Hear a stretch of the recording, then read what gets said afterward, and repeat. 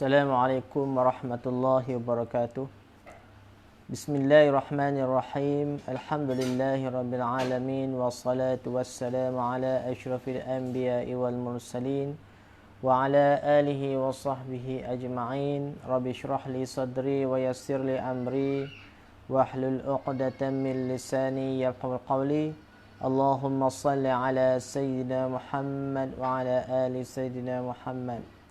Alhamdulillah, tuan-tuan dan puan-puan sedang penonton yang dirahmati Allah Subhanahu wa taala, tetamu-tetamu Allah, tetamu-tetamu syurga Allah Subhanahu wa taala insya-Allah. Alhamdulillah tuan-tuan dan puan-puan, pertamanya kita rapat syukur kita kepada Allah Subhanahu wa taala. Allah masih lagi memberi peluang dan ruang pada kita hingga di saat ini insya-Allah. Pada malam ini adalah malam pertama kita berada bulan Ramadan Al-Mubarak insya-Allah. Alhamdulillah yang mana sudah selesai menunaikan solat tarawih. Alhamdulillah, tahniah insya-Allah. Dan yang mana belum insya-Allah selepas ini boleh sama-sama kita teruskan untuk menghidupkan malam dengan bertarawih insya-Allah. Mudah-mudahan setiap amalan yang kita buat pada bulan Ramadan Al-Mubarak ini semua akan dinilai oleh Allah Subhanahu wa taala insya-Allah. Insya-Allah pada malam ini insya-Allah seperti biasa insya-Allah bermula malam ini hingga habis Ramadan insya-Allah. Selepas saya solat sunat tarawih insya-Allah lebih kurang dalam 10 ataupun 10 suku malam, saya akan bacakan 1-2 hadis dalam kitab Fadilat Amal dalam kelebihan bulan Ramadan insya-Allah. Sebelum kita selesai membaca hadis yang pertama insya-Allah, mari kita sambung untuk hadis yang kedua dalam kelebihan Ramadan insya-Allah. Dari Sayyidina Abu Hurairah radhiyallahu anhu meriwayatkan bahawa Rasulullah sallallahu alaihi wasallam bersabda, mafhumnya, umatku telah diberikan dalam bulan Ramadan 5 perkara yang belum pernah diberikan kepada mana-mana umat sebelum ini. Yang pertama, bau mulut orang berpuasa lebih harum di sisi Allah Subhanahu wa taala daripada bau kasturi. Yang kedua, ikan-ikan di laut pun akan beristighfar untuk mereka sehingga mereka berbuka puasa. Dan ketiga, setiap hari Allah SWT akan menghiaskan syurganya dan berkata, telah hampir masanya hamba-hambaku yang saleh akan melepaskan diri mereka daripada beban-beban kesusahan dunia dan akan datang kepadamu. Yang keempat, pada bulan ini dirantaikan syaitan-syaitan yang jahat, lalu mereka tidak akan sampai kepada keburukan yang biasa mereka sampai pada bulan selain daripada Ramadan. Yang kelima, mereka akan diampunkan pada malam terakhir Ramadan. Rasulullah SAW ditanya, apakah malam itu Lailatul Qadar? Baginda Rasulullah SAW menjawab, tidak. Namun seseorang pekerja akan diberikan upahnya dengan sempurna setelah dia menyelesaikan kerjanya. Hadis riwayat Ahmad, Bazzar dan Baihaqi. Keterangan. Dalam hadis ini Rasulullah SAW telah menyatakan 5 kelebihan istimewa yang mana Allah SWT telah kurniakan kepada umat ini yang tidak pernah diberikan kepada sesiapa pun yang berpuasa dalam kalangan umat sebelum mereka. Alangkah baiknya jika kita dapat menghargai nikmat ini dan berusaha untuk mendapatkan kurniaan-kurniaan yang khusus ini. Keistimewaan pertama ialah bau busuk dari mulut orang yang berpuasa disebabkan keadaan lapar itu lebih disukai Allah Subhanahu wa taala daripada bau kasturi. Terdapat 8 pendapat daripada para pentafsir hadis dalam menghuraikan pernyataan ini. Saya telah nukilkan kesemua pendapat tersebut secara terperinci dalam kitab Syarah Muwatta. Tetapi pada pendapat saya sendiri, 3 daripada pendapat itu yang lebih patut diterima. Pertama ialah Allah SWT akan mengurniakan pahala dan ganjaran terhadap bau busuk itu di akhirat dengan satu wangian yang lebih hebat, yang lebih menyenangkan fikiran daripada bau kasturi. Pendapat ini adalah jelas dan tiada sebarang kesangsian pun. Tambahan pula, terdapat riwayat dalam kitab Ad-Durrul Mansur yang menerangkan pendapat ini dengan jelas. Oleh itu, pendapat inilah yang diterima.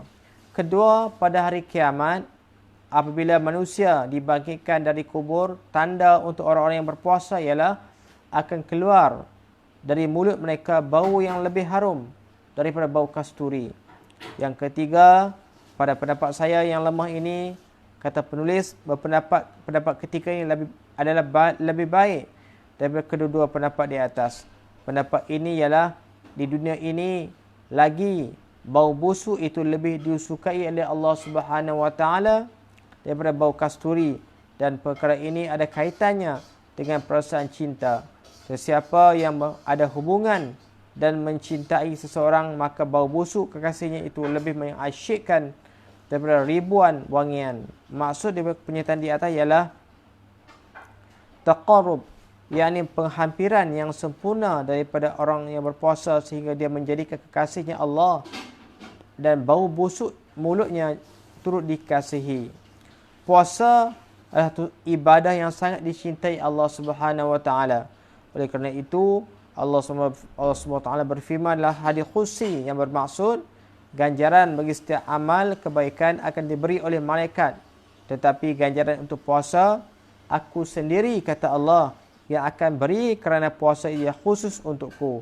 Dinukilkan daripada setengah masyayikh hadis ini dengan lafaz ujzabih, yakni aku akan berikan diriku sendiri, yakni aku akan berikan diriku sendiri sebagai ganjaran puasa.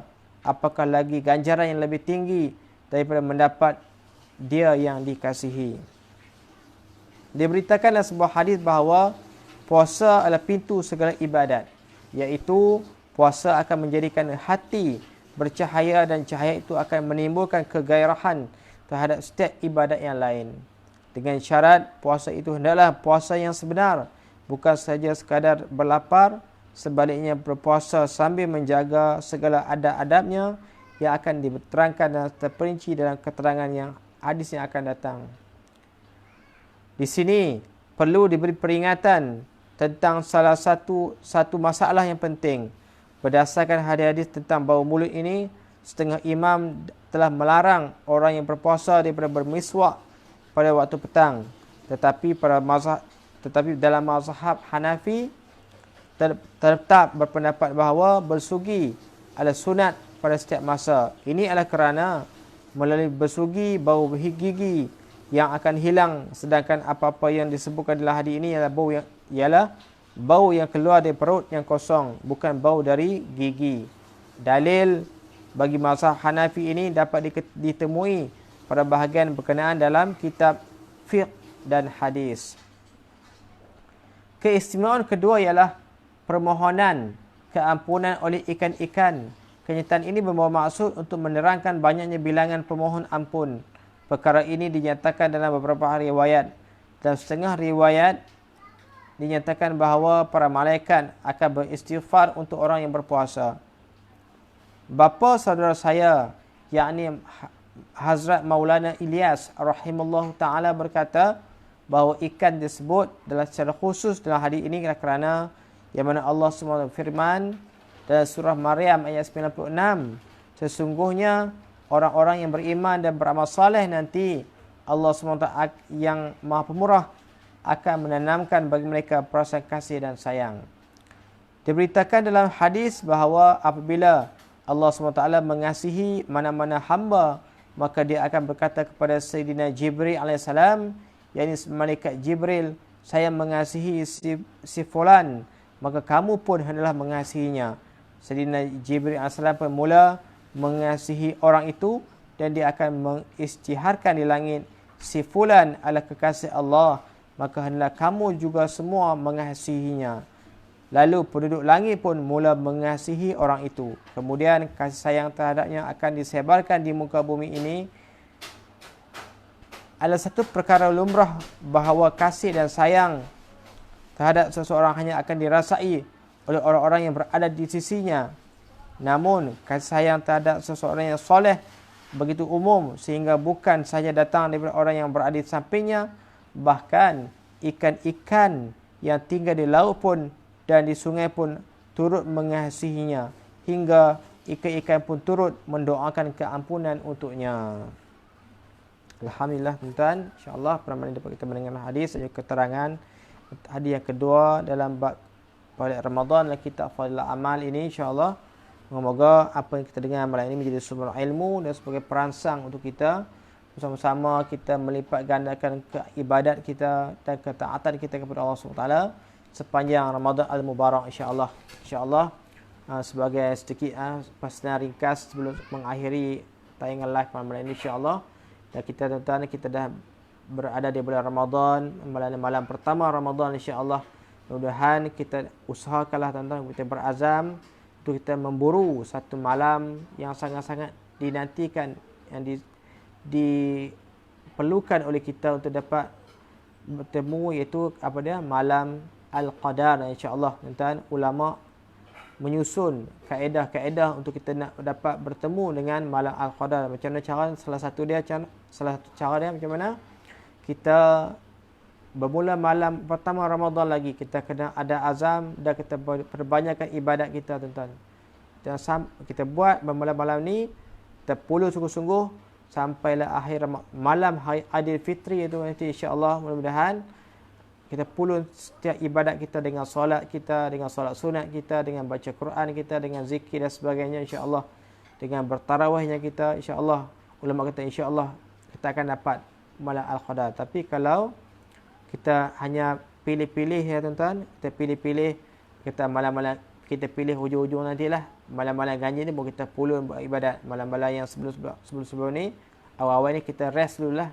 Kalau ada perasaan macam tu tuan, insya-Allah tak akan dapat tuan. Insya-Allah Allah tak akan bagi orang macam ni. Hanya memilih hari nak buat ibadat, pilih-pilih hari nak dapat Lailatul Qadar. Bermula malam insya-Allah kita puluh sungguh-sungguh. Yang mana dah selesai tadi, bermula masuk maghrib tadi, yang kita buat solat berjemaah, kita solat sunat, solat jemaah maghrib jangan tinggal tuan-tuan.